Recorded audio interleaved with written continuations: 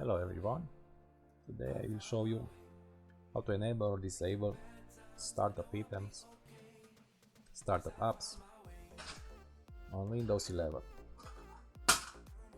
Here left click, here left click and type, run, left click here and type ms, config, left click here, OK, startup,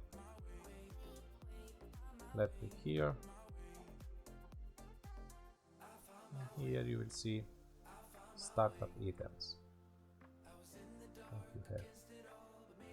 When you press right click, you can choose to enable or disable.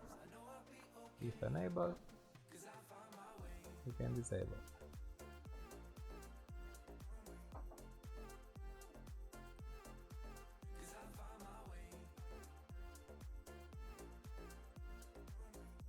Thanks for watching.